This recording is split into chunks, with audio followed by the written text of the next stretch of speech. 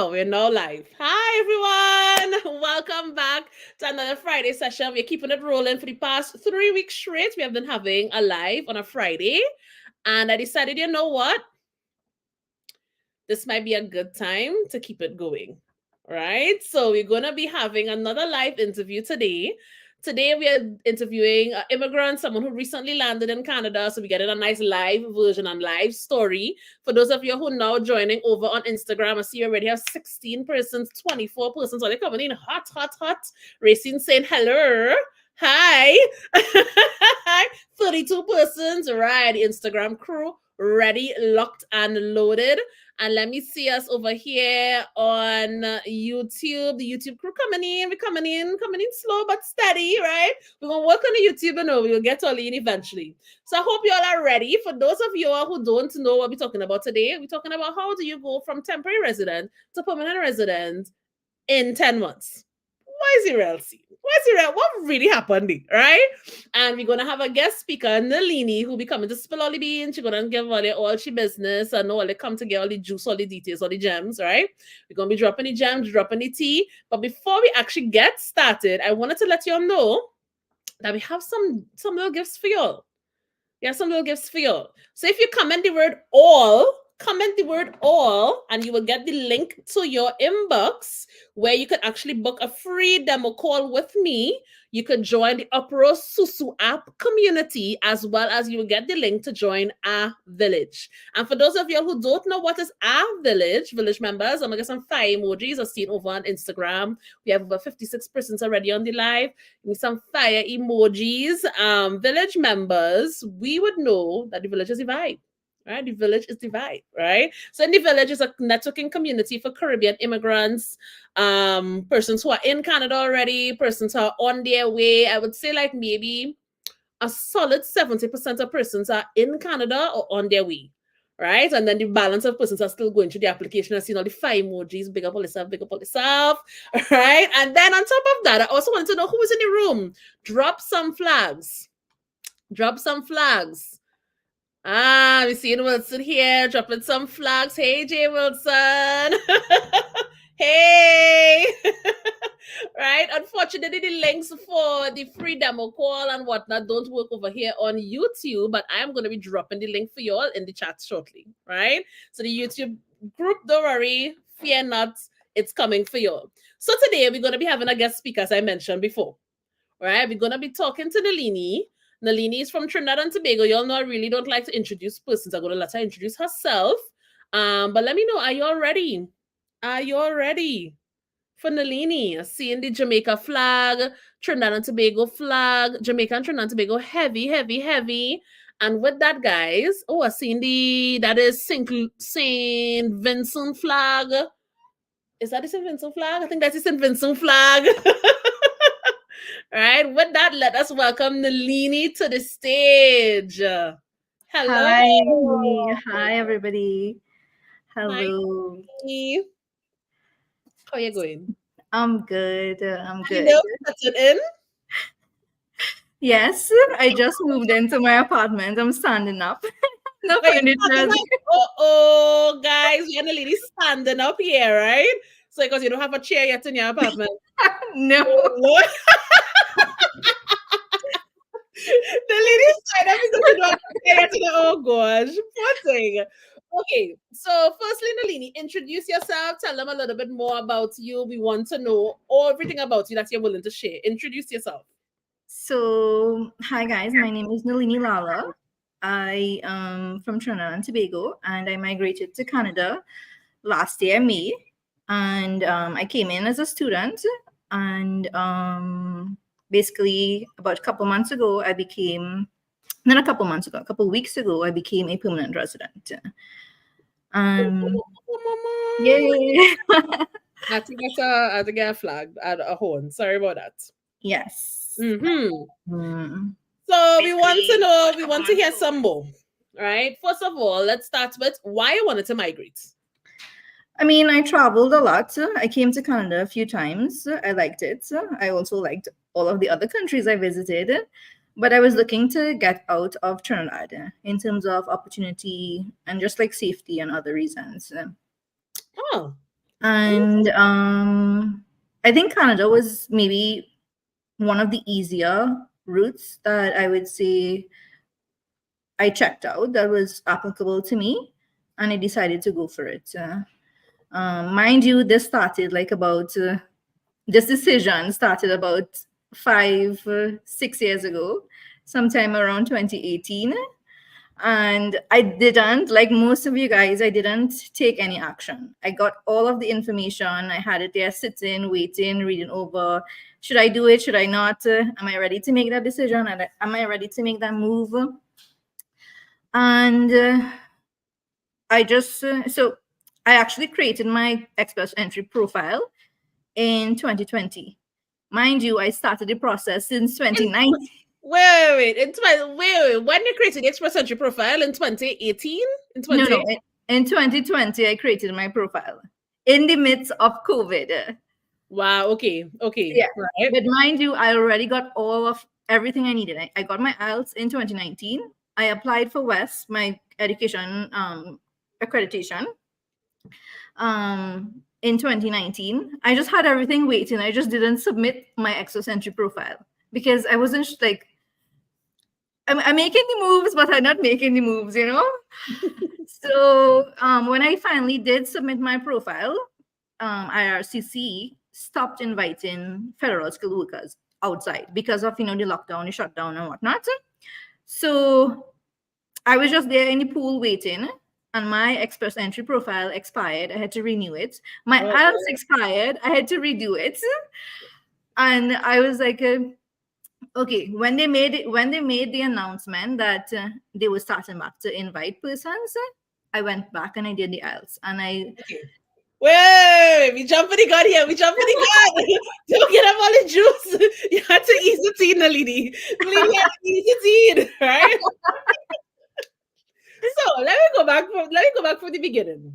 In 2018, you decided you wanted to migrate. Yes. Right? And I got all of them.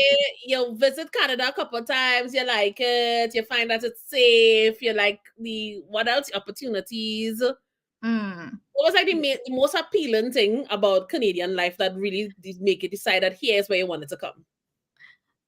I don't know. I don't have a specific reason. It wasn't anything specific. It was just me wanting to get out of Trinidad, and Canada was an option.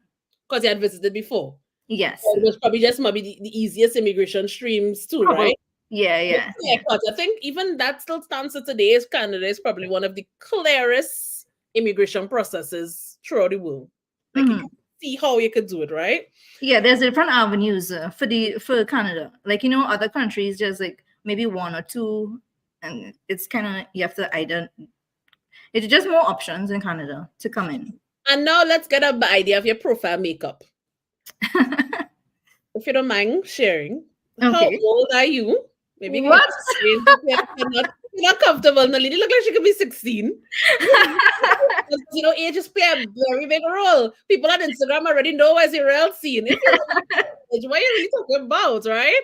So age or age bracket, how old were you when you first thought about applying? Maybe that might be an easier one for you to give, right? Yes. So I mean, everybody can calculate, right? So in 2018, when I looked it up, I was 28 years old.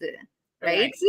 So, and Canada has like on your CRS calculator, there's a age threshold before you start losing points. So I wasn't losing points. I had time. That's why I was sticking on my decision. But you see, the minute I hit that 30, I was like, okay, I need to make moves if I go in. Right. And then also tell us about your educational background. Right. So I have a master's in business administration, and I also have a bachelor's in computer science. So I think that would have given me additional points. What else? Yeah. So you have a bachelor's in computer science. And a master's in business administration. All right. So Nalini doing something. So Nalini have a master's and she was 28 years old-ish when she decided to come to Canada, when she first decided to do the application.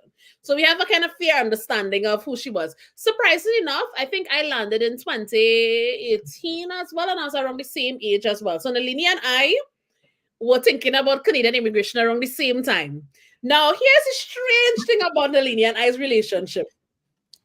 You're one of the few people in the village who I actually knew from back in Trinidad. All right. Mhm. So the lady and I used to work at the same job, at the same organization. So while I working, and the people I never work researching Canadian immigration, the lady in the same building working. The lady in the same building earlier working thinking about Canadian immigration. The lady and I both working in the same organization, both contemplated immigration at the exact same time. And How we didn't know that we were doing it. we're like, how you going? How you going? Where's your plans for next year? Oh, nothing really. This time both of me thinking next year I shouldn't be here. I don't think I'm here next year. Next year I gone, I gone. All right. So Nalini, you decided to migrate. What do you think was the biggest thing that made you procrastinate? I know you say it was kind of in and out. Was it your family? Do you have kids that you couldn't bring with your husband? Like, what was it at that point in time that make you feel like maybe I can't make this move right now? For one, I'm completely attached to my parents. Like, I feel as though it was difficult to leave them. That's one. And then two, I just wasn't ready to leave. Like, I had a relationship, and I wanted to leave, but I couldn't leave. I felt as though I couldn't leave. I wasn't ready to make that step. Mm. Yeah. And how you feel knowing that you wasn't ready to make that step? How did you feel when the pandemic hit and then you couldn't make the step? I waste my entire life. I waste time. I shouldn't have, second guess myself. I shouldn't have, delayed on that. As we Trinidadians like to say, dilly dally. Dilly dally, a stick. Yeah, we stick. So you was attached to your parents, you was attached to your spouse, so your partner, your boyfriend at the time. Mhm. And then the pandemic hit, so you couldn't do anything. And I feel like if the pandemic is when a lot of persons got the wake up call, right? Yeah. That, oh, this opportunity probably wouldn't last forever. Let me actually try to make a move, especially when you know you can't make a move, right? Right? Correct. And then during the pandemic, when I applied, the age threshold, I would have started losing points. And that's when I was like, got a little bit more serious about it. And I was like, okay, if this is what I'm going to do, if I am moving, I need to be serious about it. I need to think of all of the potential ways that I can get in, because I already started losing points. When I made the decision, I was 28, and then to come and be 30 years and start losing points the following year, and they're not inviting persons, then, it's a kind of sticky situation where you may not even get in. Mm-hmm.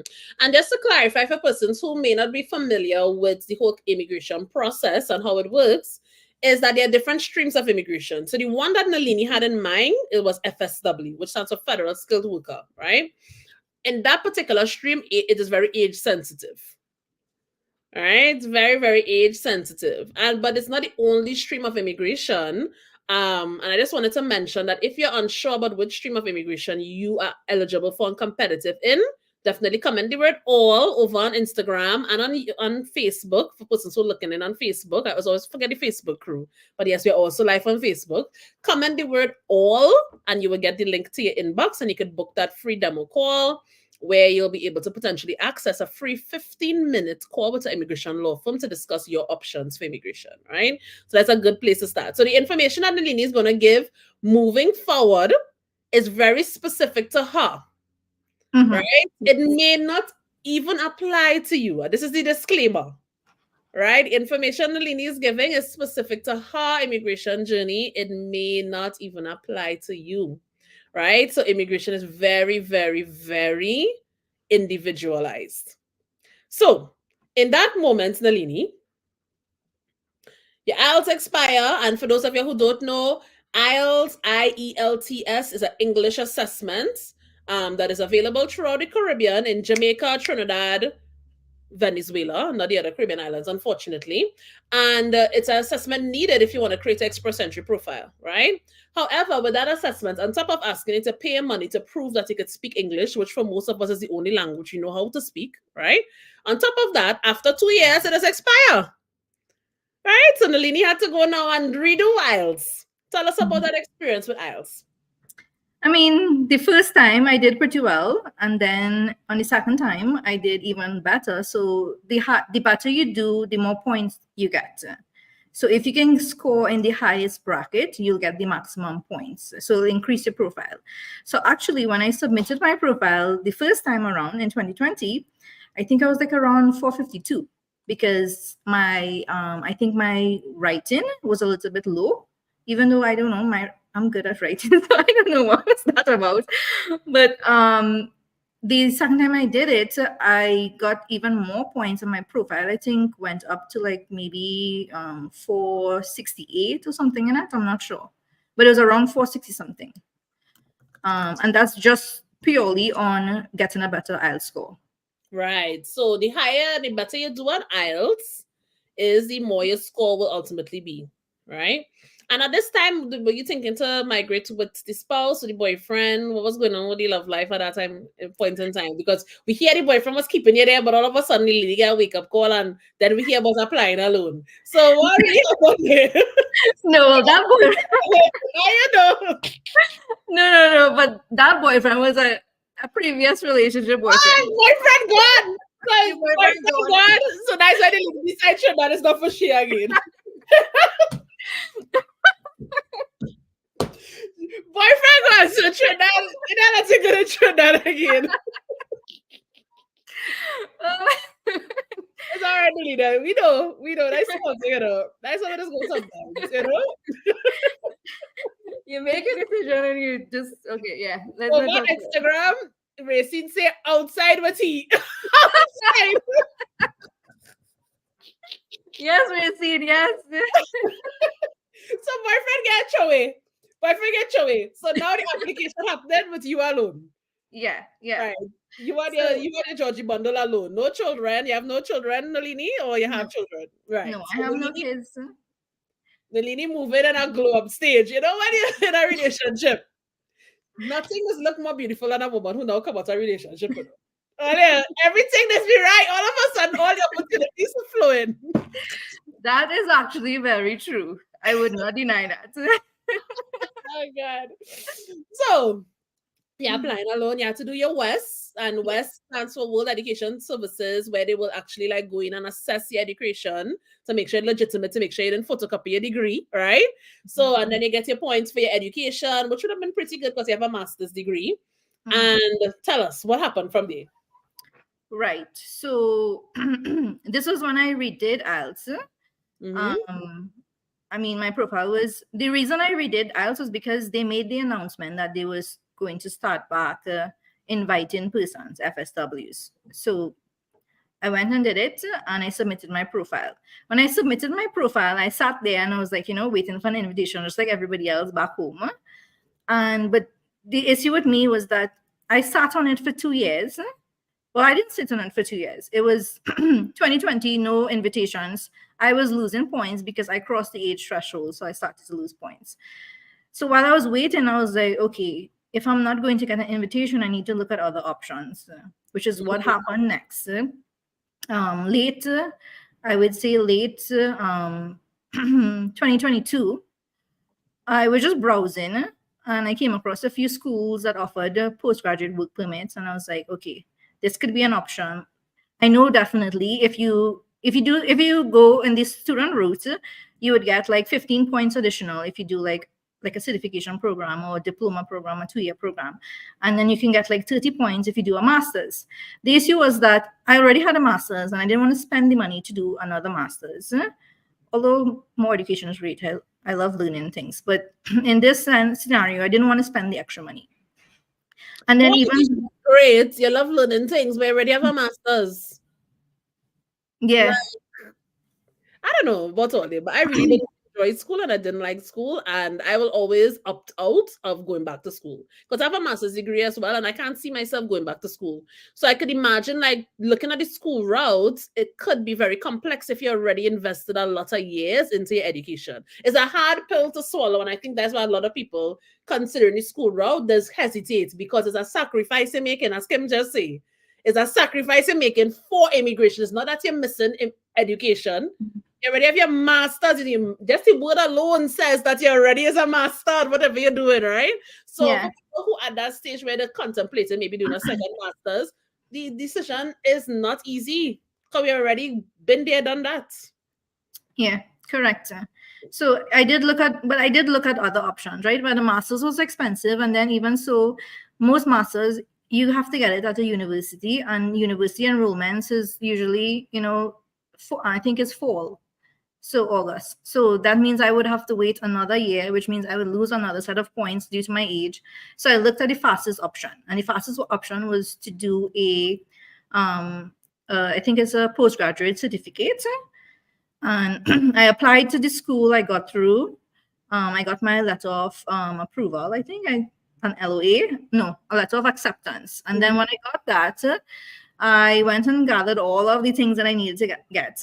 I applied through the student direct stream, which is when you invest in a GIC. When you invest in a GIC, you get your student permit approved faster.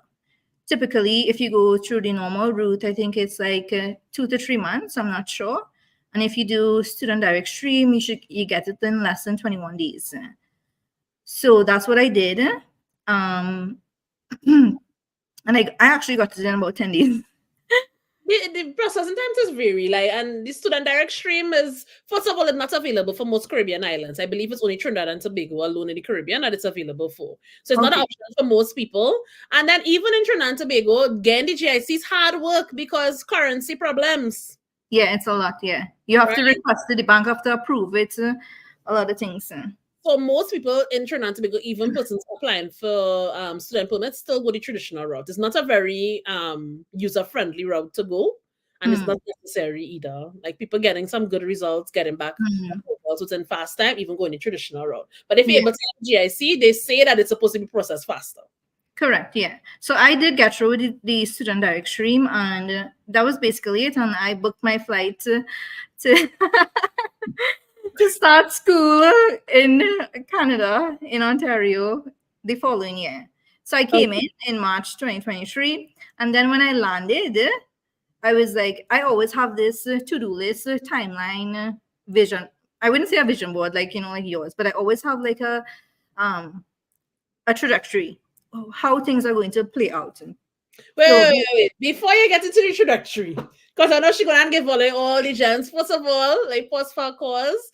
If you would like to book the free call, to get the free stuff, go ahead and comment the word all, and you will get that link to your inbox. You will also get a link to join the village as well as to join the Uprow French community. And we're going to get into French with Nini a bit later on. Why is French even important for Canadian immigration? We're going to get all the juice, right? But I just want to point out one thing. So what was the thing you're saying with your parents? You was really attached to your parents. All of a sudden, we hear about the parents again. She booked you for she good. I feel really attached to she good, but it's okay. No, I'm still leaving Trinidad and Tobago, knowing that you're going for immigration. I mean, they were sad. They were supportive, obviously emotional, me as well. But they know that they had to let me go, and I also made sure that like the things that they depended on me for, it's not that they depended on me for it, but it's like I did those things for them. Like I would pay bills online and just like get food for them on weekends and things like that. So and take my mom to the grocery and stuff like that. So I wanted to make sure that they were able to do those things for themselves before I could be like, okay, yeah, I'm leaving.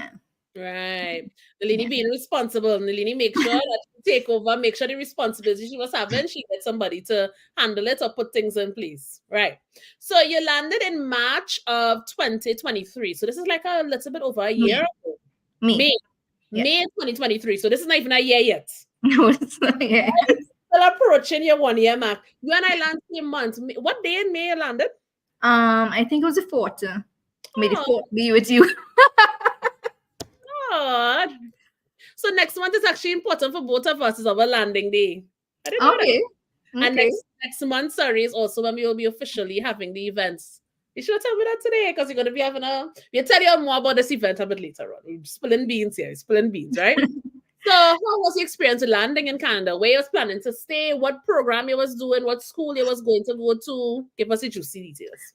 Right. So I actually applied to a private public institution because there's, at that point in time, there's a relationship, there's some kind of agreement that some private public schools can give you a postgraduate work permit. So I did apply to one of those, and before I did ask a great amount of questions, like because I wanted to. This is going on a next rabbit hole, but like the Ontario nomination program, I think is OINP. There's an option there as an international student. You can apply there to get a PNP nomination. So even before selecting a college, I made sure and asked them because there's a fine line, a fine line of a fine about if it's a private organization, you wouldn't be able to get through on it. So I asked them, blah blah blah blah. They said yes. So I was like, okay, so I'm going to that school, and then and What program you did? What was the name? the program is global logistics and supply chain, or supply chain and global logistics. Yeah. Well, it's just credit. I'm forgetting the name of the program. You just get it. I didn't graduate just yet. But you now finish your program, the lady. I know, but I mean, my brain kind of foggy right now. So okay, let's go back to your London experience. You're coming to do this logistics supply chain course. Yeah, so and I intended this program. Yeah, it's a 1-year program. Knowing that with a 1-year program, you only get how much work permits? 1 year work permit, yes. Only so 1 year. That means it's a slim chance. So it's very risky. It is, yes. A 1-year program, because that means you only have 2 years in Canada to become eligible for the other streams of immigration, which sometimes is not enough. Yeah, sometimes you don't get things placed in time to get through. So most times people recommend to do, if you're doing short 1-year programs, that you do 2 programs so that you can get a 3-year work permit, even though sometimes it's not even guaranteed that you'll get a 3-year work permit. Yeah, a 1+1. Or what's more safe or less risky is to do a 2-year program. Yeah, it's safer. Yeah, postgraduate work permits. So knowing all of this, why you decided to do a 1-year program? I was like, I'm gonna wing it. I'm gonna get through. I was like, I manifest this shit out of this. You just like, I go and get through. I go down. I was like, yeah. Interesting. Yeah. So you landed, you're coming to do your 1-year program. You landed in Canada. Where were you due to stay? I was supposed to stay by family, so for the duration of my program. However, that didn't really work out too well. So within 10 days of landing, I needed to find a place to live because, the situation was a little bit uncomfortable. So, and that it just like happened like immediately, 24 hours. I was like calling my people who I don't even know, people who I just met in school. Is there like a room to rent? Do you have anything available? It was just like a kind of difficult situation as soon as I got in. It's something that I did not expect.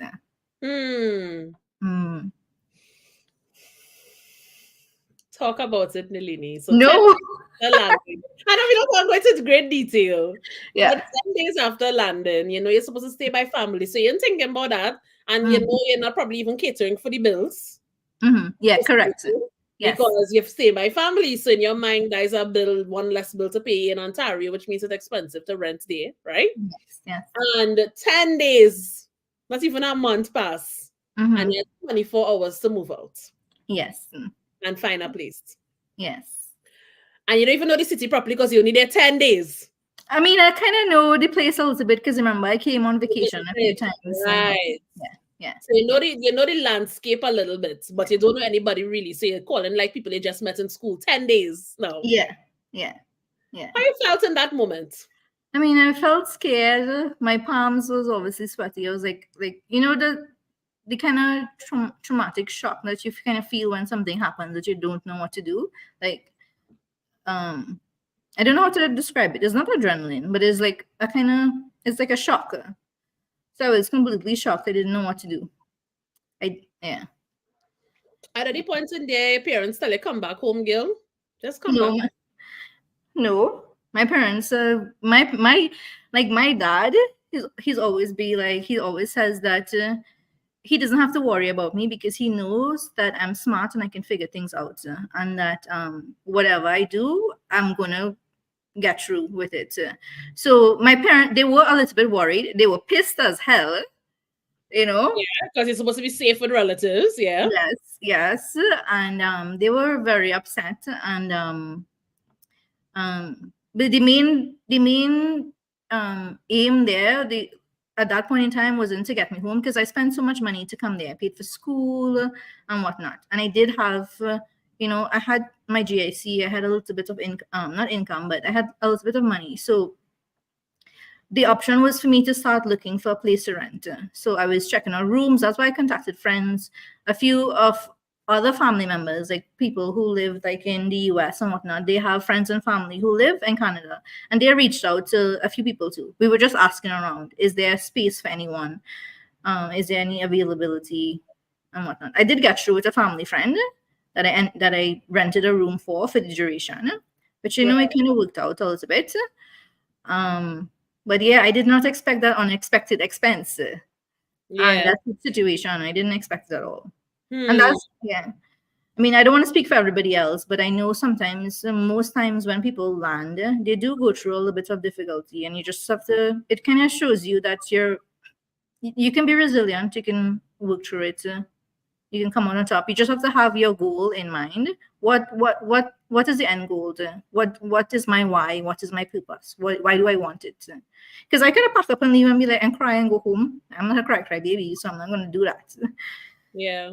Yeah. I would have cried though. I was crying while looking for the place. While looking for the place, I was crying. Only when I landed in Canada, and I had similar situation. At least I wasn't coming by family, but we didn't have a place to stay on our first night. You know, I sit down in the hotel lobby and I cry whole night. Khalil was crying. My son, he was only 1 year old. He crying, looking at me. I crying, looking back at him. We both crying together. I was crying, Ollie. I was crying. I'm not sure about it. I was crying. Oh Lord! In that moment, I know you was gotten it through. You have your why, you hype on adrenaline, right? So I feel like when things happen, sometimes we go into this fight or flight. So it's like, I had to make it, right? But then when we are settled and they really understand what just happened, sometimes you have this kind of effect of, wait, boy, I wonder if I'm making a mistake. Did you ever have moments of doubt in your mind? I had that a lot. So like every 2 weeks, I would question myself: is this all worth it? Why am I doing this? Should I did have that doubt. I did, and the moments that I did have those doubts, I did feel sad and I did feel alone, and I did cry a little bit because I wasn't sure. Because you're not sure if everything's gonna work out. You're just there in a situation that you're hoping things work out. Yeah. So then you start school. Right? This girl on a whole risky situation, a 1 year program, looking to get your 1 year postgraduate work permit after. How was the actual schooling? What do you think about the quality of the program that you did? Did you enjoy it? Was it easy? Was it hard?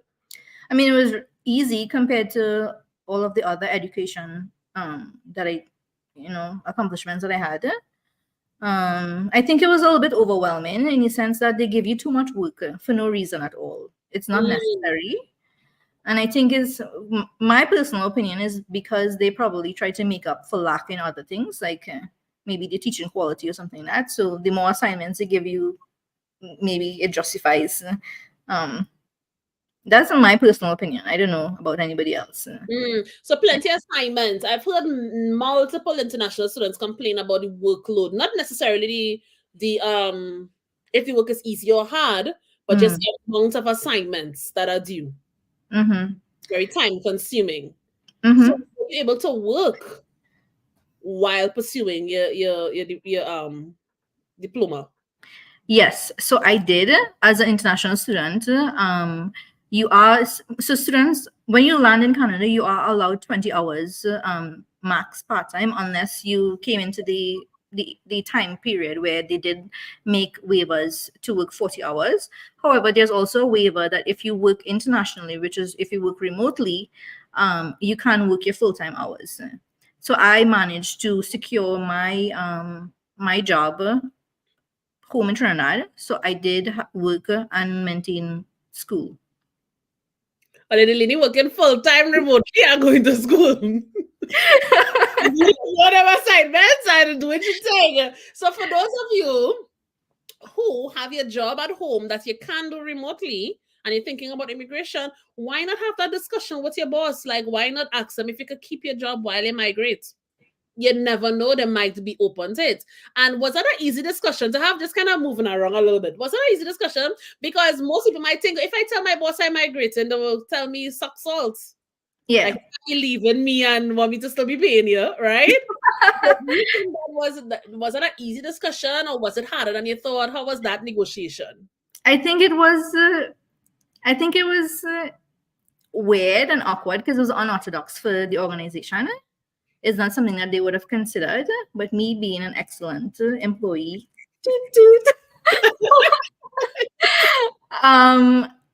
you know what, I kind of negotiated my way into it because the first response would have been, no, we can't facilitate it, you know. And I was like, 99% of my job I can do remotely. And let's just give it a try. Like if I was like, I was like, if at any point in time, I am not, if I can't manage my school and the workload, then I'll let you know. And if it's anything on their side, they can let me know as well. So that was my negotiation. I don't know if my negotiation skills good or whatever, but I think I managed. I think it was. An okay conversation. All right. So you're going down now. You're in Canada. You're going to school. You're doing your 1 year program. You're still working your full time job. You're going to school full time, and the time is ticking down. Correct. Because now reality set in that okay, you make the leap of faith. You've been through what you've been through. You went through the rocks, the highs, the lows. The purpose of this is to get PR. Mm-hmm. Yeah. It's not just to come to Canada to study to go back home. Mm-hmm. Right? Sure. So the time now start ticking down because when you finish your graduate work permit, or you have to decide if you're going to go back and do another 1 year program.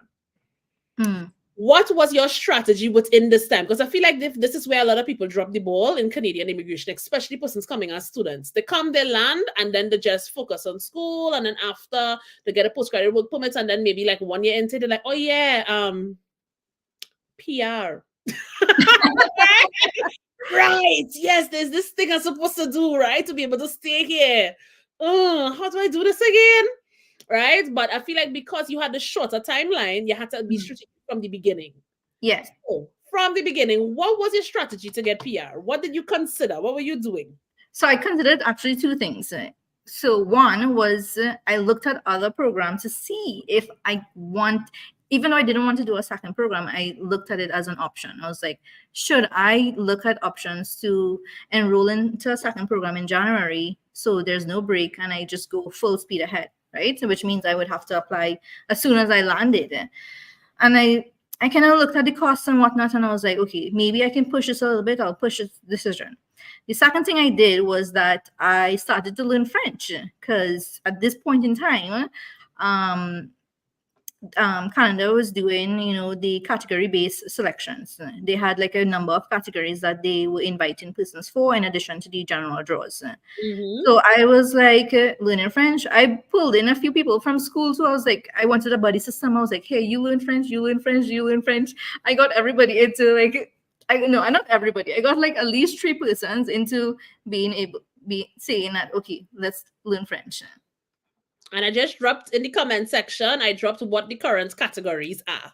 So for these category-based draws, we're going to come back to that. We're going to come back to that. So how was the experience learning French? I mean, I was doing self-learning, right? I did subscribe to a few platforms. I think French Pod 101. I got a lot of resources. I actually have a book right here, actually. Right here. So I'm invested.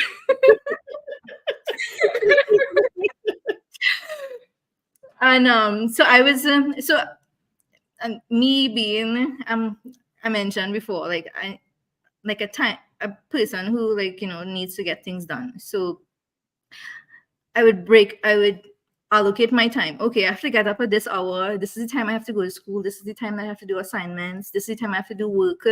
okay, how many hours do I have remaining of the day to allocate to French? Mm. So Yeah. let's put it up on the screen. What are the current categories? So the French language, healthcare occupations, technology, engineering and math, which is STEM, right? Occupations in trade, transportation, agriculture. So those are the current categories that have these category-based roles, which is basically the federal government coming and saying, we want to kind of control who gets through with different programs. So they want more control because traditionally, through FSW and other streams of immigration, it's just a matter of who have the highest points. So, like, I don't fall into none of them categories, right? But I get through FSW. Why? Because I had a master's degree. So I could have had a master's degree in home ec and still get the same amount of points, even though Canada probably don't need people with that. So they're trying to do this way where they are focusing on the needs of the country, and these right now are the specific high demand needs that they are using these category based roles for. So you did your research, you went and you see, okay, how to get PR the quickest, right? Also, all these things here, what are falling into? Let me go and learn French. Actually, and it wasn't just that. So as long as you have your profile and you haven't received an invitation as yet, you can always update your profile, right? So you have to keep your profile updated. So one of my knocks, I have experience in two of these categories, right? But one of the categories I didn't put in as I had listed it as marketing, because I work in the marketing department and whatnot. So I put in, public relations, marketing, that one of those knocks. And then when they announced when I looked at it, and it wasn't just me, it was just like I know some other persons who were getting invitations based on STEM because they have a tech background. I was like, hey, I have a tech background, I work in digital transformation, I do web development, web design, I don't just work in the marketing department. So I changed my knock. I looked at the available knocks in the STEM categories, made sure that my work experience matches that knock, and I updated my knock to a tech occupation to see if I would get through in an invitation, as well as the other one. So you went in and do a doctor. No, it was not a doctor. I just I just I mean, not doctors as in tell something false, but you went in and look and be strategic. Because I yeah, feel like sometimes we do undersell ourselves on our express entry profile, especially correct. Yes. for yourself. You would have listed one thing as one thing when it could actually fall into another category as well. So Correct. within your time of being in Canada, going to school, you was actually doing research and aligning your express entry profile with the category-based roles. Correct. Yes. So I changed marketing to web design because I have web design experience, and I know that when I request my job letter, it will list out that because that's I do that as well. Right, right. Yeah. And then on top of that, you're learning French. On top of that, I learn French. Yes. And you have your express entry profile up while you're going to school. Yes. Yes. And you're working full time back home. Yes. How was that experience doing all them things, you? I am a superwoman. It was kind of stressful. It was kind of overwhelming. Not all the time, you know. But yeah, it did take up a lot of time, but I was focused. Just Yeah. focused. And time was ticking down. Was there any point in time when you started to get scared that maybe you made the wrong decision in doing a 1-year program versus a 2-year program, or maybe you should have applied for the extra 1-year program? Yes. The day before I got my invitation. I said I'm not a cry baby. Your girl sit down the day before and cry down the place and be like, when this happening, what are you going to do? Because time is ticking. I love it. So it's coming up now to the end of the program because this program is a short. It wasn't even a year. How much No. months in total it was? It's a 1-year program, but it's compressed, I think, into 8 or 9 months. Yeah. 8 or 9 months. Yeah. The amount of time it take to create a baby, you in and out of school, what? What? And you're out of school, you graduated. At that point in time, yeah, explain to us how that went. So I'm not graduated as yet. The program is finished. I have my transcripts. I have convocation in July because it takes a while before you actually cross the stage or whatever. But what I did, I'm always trying to make sure I ahead of schedule. So I knew that my transcripts would be ready by January. So before, like around August, I planned out, I was like, okay, around October, November, I'm going to update my profile that I completed my program, because IRCC gives you 60 days to submit your documents. So I calculated 60 days before that, and I was like, okay, I'm going to update my profile. So if in case a draw come in between that and my profile increases, I'll have everything ready, because by the time they give me the invitation, I will have my transcripts to submit. But I didn't need it, but that was what I was thinking. That was just my strategy. Here for a little while, and just let me let somebody say Nalini playing chess while RCC playing checkers. I just want to say, this person, Nalini, I've known you for years. She is very detail oriented. Nothing don't fly under the radar on Nalini watch. She's detail oriented, strategic, and she have the analysis machine of AI. Right? Nalini putting down this. Nalini said, listen, so if I get selected before then, can I show the transcript? Okay, how long does it take to show this transcript? Okay, right, yes. She counted on the day that she could add it to the profile. Did not kill me here. I love it. Okay, so being strategic, she using the brain power, right? She doing she thinks she do anything. You submit, you update your profile. So at this point in time, it seems like if when you have landed, you have been on this profile. Yeah. Making sure. So you're making adjustments to this profile. Right? To better it, to improve it, right? Great. So Nalini, what happened when you added it to your profile? Talk to us. No, well, that's the thing. So I didn't need to add it to my profile. It was just in my plans to add it to my profile. My little notebook where this is what I have to do. It didn't reach that point because I would have needed to add it around the end of October. But I got my invitation I think the last week or the week before that, in September, somewhere mid-September, end of September, I got my invitation. And that was the day before. I cried down the place and I was like, when this happening, time running out, what are you going to do? I need to look at other options. I'm not learning French fast enough. All kind of things was going through my head. I don't understand that though. I feel like if we miss a party, we missed something. How you went from graduating from school to getting an invitation? No, I didn't. No, so I didn't graduate from school yet. I'm still in school. Right. I'm still in school. But because remember I mentioned earlier, I have in the category-based selections, I have experience in 2 of the categories, STEM and agriculture. So I got invited under agriculture. Okay. Yeah. So you got invited under category-based row. Yes. And you get through. I get through. You get through. Well, I get to leave some 5 emojis. The lady got through. So tell us, explain to us, how did that work? How did the invitation come? You got the invitation in your email. Then what you had to do? Talk us through it. Well, this is what happened. This was the emotions. So me crying the day before.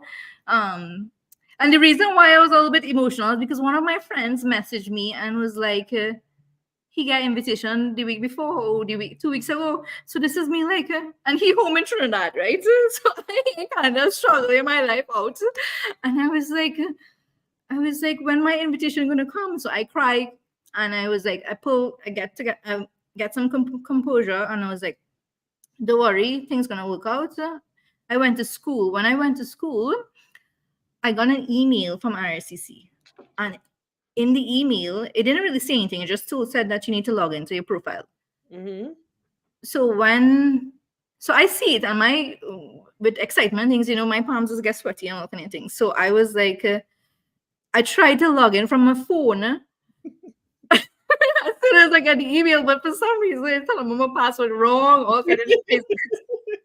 Because I always on my profile, I always log in to check to see if I get a message, if I miss something. I see you log on to our profile six times before I even get off the bed in the morning. 6 times I log into the profile to check.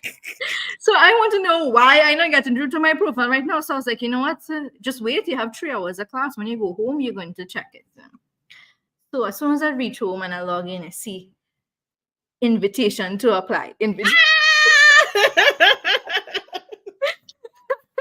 reach up, download the document, and they write, they ask, you have the opportunity to reject it, or like if you don't have all the documents ready and whatnot, you have 60 days to submit, or you accept it and you move forward. So obviously, who going to reject? Who's going to reject it? So I clicked to accept, and then basically I had all of my documents in order. The only thing that I didn't have was my police certificate of record.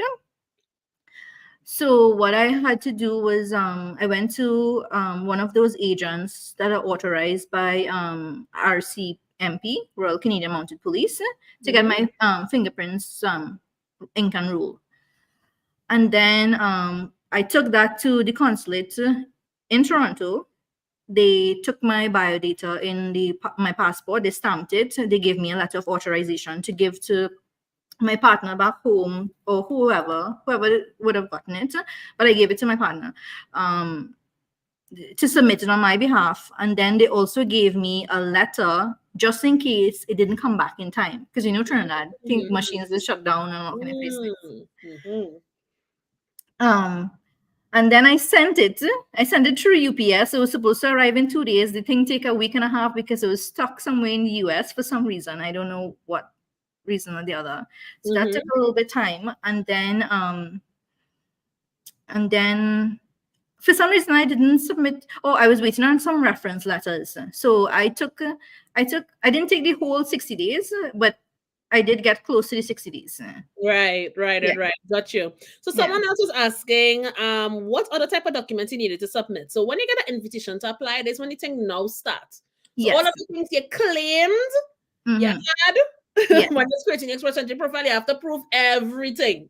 Every single thing. Don't miss everything from your birth paper to your IELTS results to your WAS reports, everything. They want to know everything. A little bit short again, they'll ask a blood sample. Right? Correct. So, and even like they want to know where were you in the last 10 years or 18 years, 18 and over, or the last 10 years, whichever is I think greater or whatever. So you have to give them that history, all of the addresses that you lived at, what you were doing, whether you were in school, whether you're employment, volunteer, traveling, whatever. You have to give them the history. You cannot have any gaps in that.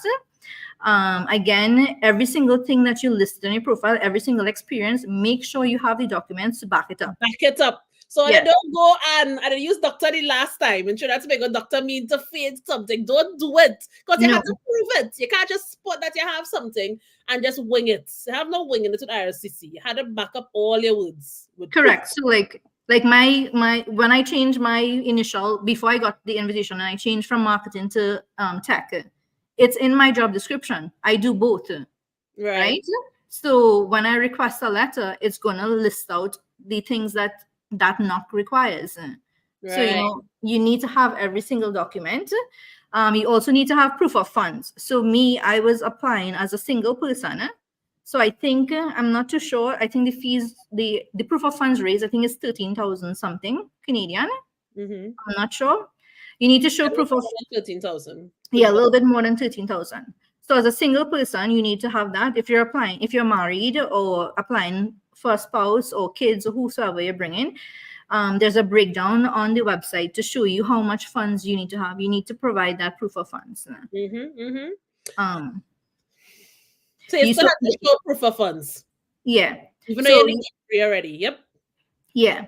And then, I mean, as of October 1st, 2023, you no longer need to provide an upfront medical. They will request it when they require it, but medical is something that you need to provide. Yeah, they really need to get a blood sample. Yeah. As Amanda said, they get to the blood sample. Right? RCC, by the time you're done migrating to Canada, RCC know everything about you. Correct. You're going to be sick before you know. Listen, I called IRCC multiple times. When I called IRCC and I asked them like information on my profile, these people have information since my first visa application years ago. my old home phone number that no longer in existence. Them still have a record of that. And not to mention, Canada and the US have a treaty where they share data.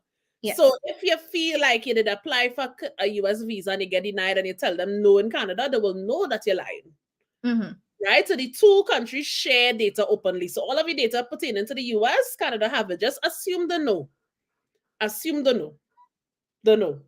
Right? So have know that this is the when you get invitation to apply, is the time to show your cards.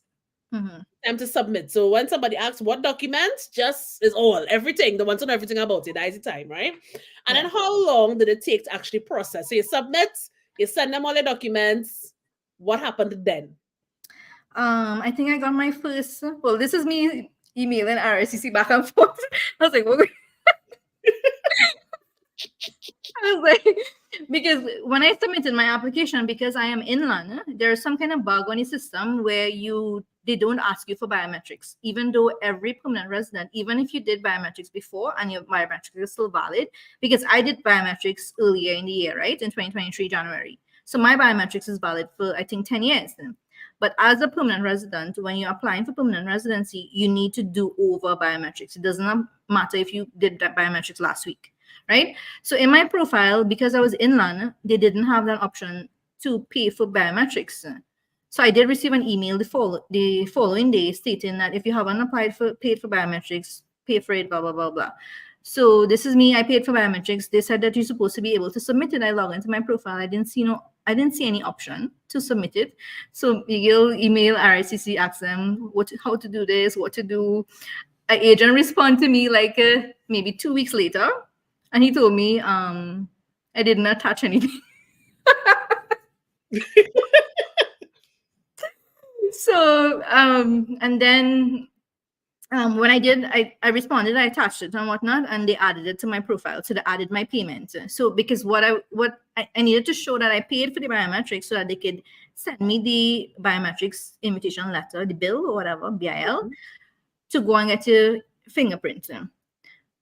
So that took a very long time. I didn't get my letter until, so I submitted in November and I didn't get my letter until January.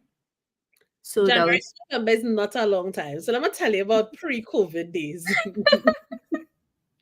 Pre-COVID days, the minimum time you get back any kind of response. You don't even get on RCC. What? Responded to emails? Who? Who are you? Why are you doing this? I feel it. I still responded to emails. What? That's back in the day, I tell you, you had to sit down and pray for 6 months. No communication for 6 months. And then you get accepted or rejected. Nothing. So it's between you and God. You're rethinking everything you submit for 6 months minimum. Minimum. So yeah, I think now it's improved. It's maximum 6 months processing time, or they will have the updated processing time online. And then also I think they have some kind of transparency, something. So they have to communicate back. You ask them a question, they have to respond to you. If you submit a change of request, change of number, a file, whatever, they have to respond to you. So I've seen Amanda on here, which is Liz. Liz migrated. She landed through FSW, I believe, too, right, Liz? During COVID. How long is messaging RCC for, Liz? Up to now, they never respond. Up to now. What's that? Talk about anxiety, you're bruising your knees in the nighttime praying, just hoping everything went through properly. So, Nalini, back to the point. Immigration, I called them just the other day. I always call them. You are them friends. You are them bitch mama. You are them friends. Jerry, you should speed dial earlier. Listen, I request a call back. They call me back in 15-20 minutes. Listen, man. Things improving, which is good. This is good. This is good. These are good improvements, right? Yeah. So, did you ever apply for your postgraduate work permits? I did, because so when I went home for Christmas and I came back, but I got through to a government funded internship training program for newcomers. It started, I enrolled in it in July, and it started, in June of last year, and it started in August.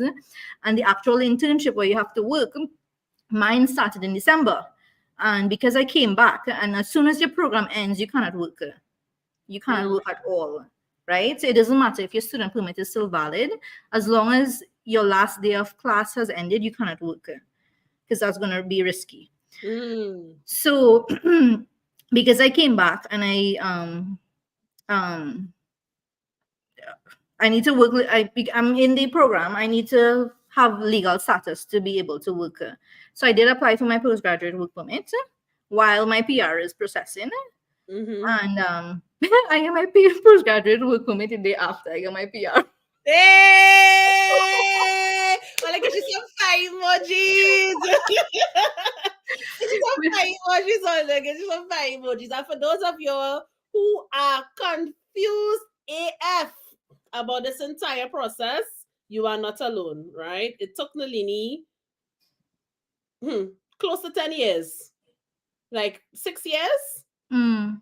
of research and doing it and thinking about it and trying and stopping and thinking and doing and to come to this point, right? So if you're trying to cut down on that time frame, because we have been in immigration since 2018, fighting the good fight, trying to figure it out. So as a couple years well, keeping up with immigration, right? So if you're new to this, don't even feel bad that you don't understand half the things we're talking about.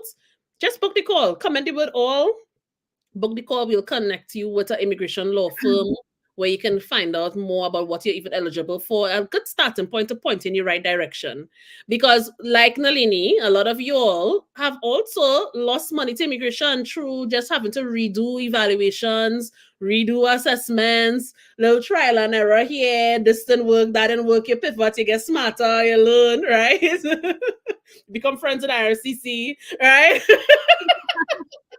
But I think it's about cutting down the time frame involved in getting to the point of success. That is the benefit of working with a professional rather than using the brain power to figure it out and like go through the process of doing that, right? So, Nalini, how did it feel when you finally got PR? I felt good. I felt safe. I felt my mission was accomplished. I felt like I didn't waste my time. I didn't waste my money. I didn't, you know, Mm. it felt good. Yeah. And what was your plans after that? Well, I'm now figuring it out because it was just recently. Oh, yeah, literally, like, how much weeks ago? About about now it will be about a month now. About a month now. Mm. So within this last month, for those of you who follow my vlogging via stories, you would see that Nalini and I in some pictures together, right? She all up on my story on my timeline, which means that you're no longer in Toronto. No, I You moved. moved over to the dark side. Nalini has now moved to Edmonton. We have snatched her Toronto. You all get you back, right? Let that get you back, right? So tell us about your decision to move from Toronto to Edmonton. Why did you just come here because I hear? That would flatter me, no. But if not, tell me. Yeah, never really answer your question, you know. This is a good question to ask.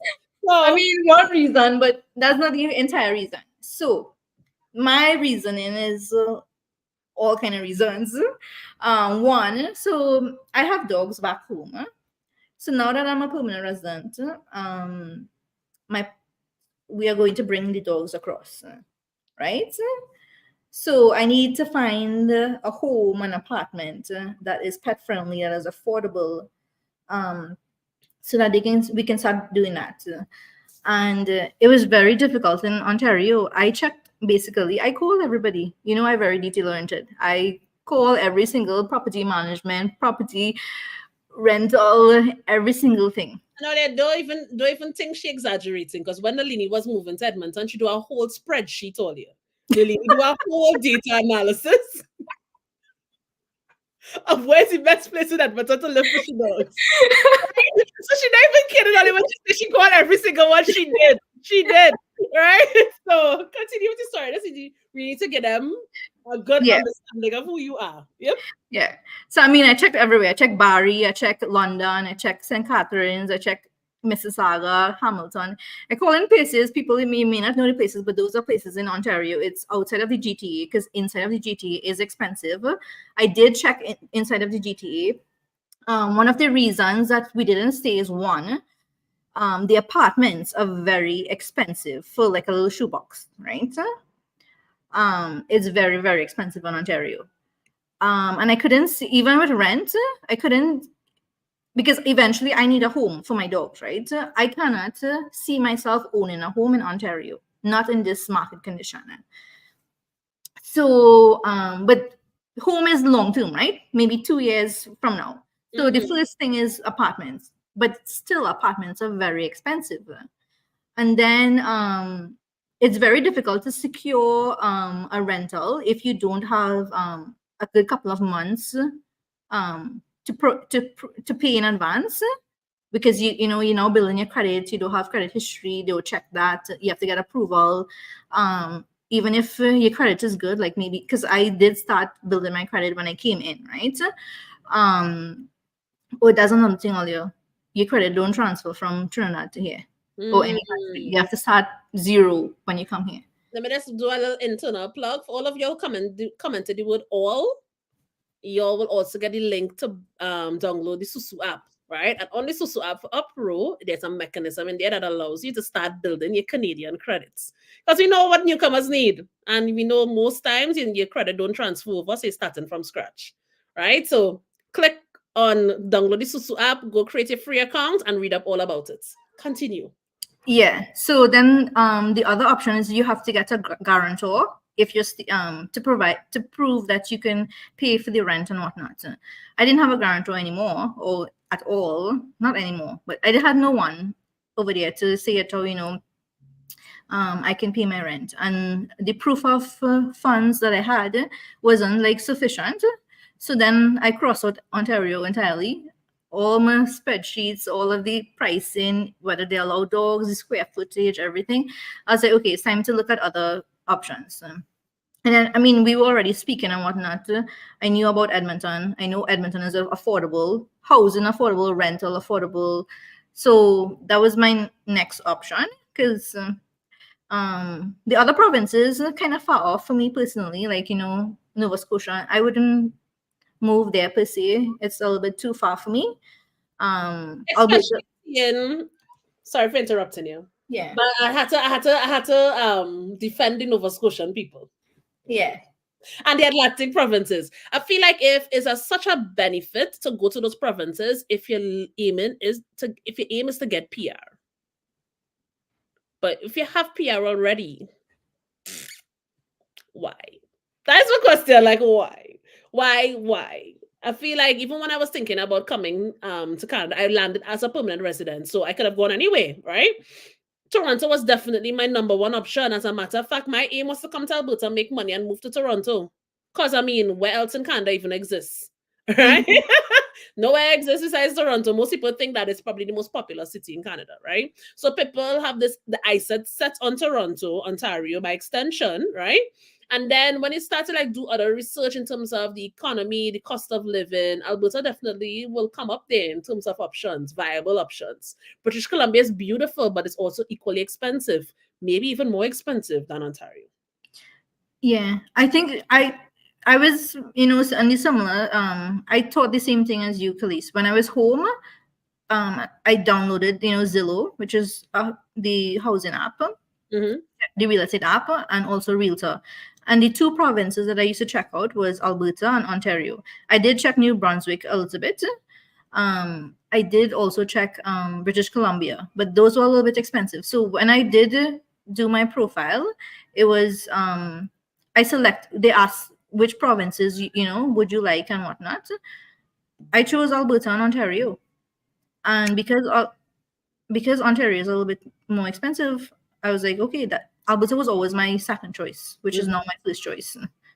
And for persons on here, when you're creating your Express Entry profile, you could pick as much as you want. So select all. It's like select all. There's a 90 rule of thumb. I want to go everywhere else, maybe except Quebec, right? Just because Quebec is a whole other, they act like they're completely separate, right? Select all, and then, but you had the eyesight on Ontario or Alberta from the beginning. Now that you mentioned Quebec, I forgot to mention that your girl didn't leave out Quebec. There was a notification of interest that Quebec has. I didn't know French was yet. I submit my profile just in case I got through. You just tried everything. And then the lady lad was a mission. Me like, okay, yeah, that sounds like me. That sounds like me. I love it. I love it. Okay, so you decided to move to Alberta. You decided to Mhm. come to Edmonton, right? Yes. Yes. Now, the difference between Edmonton and Calgary, was that ever a decision in your mind? Or is it that you know me in Edmonton, so you just rule out Calgary altogether? Or did you Well, do your research in terms of Edmonton, Calgary? um, I did do my research on Calgary and Edmonton. You're also in Edmonton, so I mean, you're the only person that I know in Edmonton right now, right? So that's one of the reasons. But also, Edmonton is still cheaper than Calgary. I don't have that kind of money to go to Calgary yet, and also Calgary is getting expensive, just like Ontario. The rentals are going up, the housing is going up. It's still not as expensive as Ontario as yet, but the way the market is going, we never know. Right. Okay. So you just was thinking cost of living, cost of home ownership because you're trying to bring your dogs over. Yes, those are their number one priority. Right. So Nalini move, Nalini pack up the Georgie bundle. And the Georgie bundle was real heavy because she shipped over some boxes here that we couldn't even move. Nalini and I both couldn't lift one box earlier. So Nalini shipped over some boxes here. We didn't know what to do with ourselves. We had to rail back it out to get Nalini to move. She boxes. And you came, you saw, you conquered. She's now working with the opera team. She's a crucial member of the opera team. And what has been your experience in Edmonton so far? Don't say it nice, just don't hurt my feelings. You know, tell them the truth. Is it boring? Like, what is he seeing? Is it colder? How is your experience in Edmonton? Tell them the honest truth. Okay, so in terms of weather, I don't see it being colder. To me, it's around the same thing. Mind you, I haven't experienced the minus 20 degrees as yet, right? When I came in, it was like about fluctuating between minus 10, minus 15, and then, like, the regular temperatures. To me, I didn't feel a difference. So, I mean, it doesn't bother me that much. In terms of having things to do, Miss Kelly used to drag me to a party the other day. Exactly, Lisa. I wonder who would hear boy, boy. Nalini, for a Jamaican party, Nalini almost didn't come out the party. The lady almost get taught away in the whole party. I had to literally hold on to the lady. Yeah, it's mine. And it comes back. Right? We had to run away. No, they can't keep she coming over us. Yeah, so I don't. You know? So in terms of, like, I mean, it is a smaller city than Toronto, because I lived in Midtown Toronto. I lived where Mm, it was very busy, right? I didn't live outside the GT. I didn't live like Scarborough or anyways. I lived inside the GT. I lived along line 1. If right. anybody knows what I'm I talking see about. part of everything. So you in the city. So Yeah. to move from busy, diverse Toronto to Edmonton, which is Mhm. also known as Deadmonton. Yeah. How So has actually, Edmonton been? yeah. So actually, I don't disagree with you in terms of Edmonton, but not in a bad sense. What I classified as is that it's a smaller city, so you see less people around. So like in Toronto, it's so compact. There's so many people living there. So obviously you're gonna see plenty of people are in the groceries, plenty of people in the shopping malls, all over things. But here is a smaller city. The population is smaller, so obviously you're not going to see as much people around all of the time. So I mean, I wouldn't say it's that. Yeah. Very little traffic. You go to the mall, you have space to walk. It really just very spacious. Like right now, looking on the street, I can't see a soul. Like it really, as you Mhm. mentioned, like 100% correct. You don't see as much people. That's true. That's Yeah. true. Yeah. I Only mean, I problem. haven't gotten into, like, in terms of like events and whatnot, but again, when I was in Toronto, I didn't do those things so much. It still has, restaurants. It still has there's things to do. And then Banff is like 3 hours away. Calgary is right there. There's a lot of parks and stuff here, so I don't see it being um boring or anything like that. Okay, we go test that summer, spring coming up. All right, Mhm. and this is Festival City, so y'all can stay tuned to Vlogging Virus Stories to see Nalini and all of her escapades with me. So far, I've taught her to a couple networking events, like in the tech community, because she does work in tech. She works at Uprow, so this is her community. What do you think about the tech space? What do you think about like the opportunities? Do you really think Edmonton have more opportunity? What do you think And about? So my first week here, I swear to God, I was ready to start my own app. Like, oh, like, what's going on here?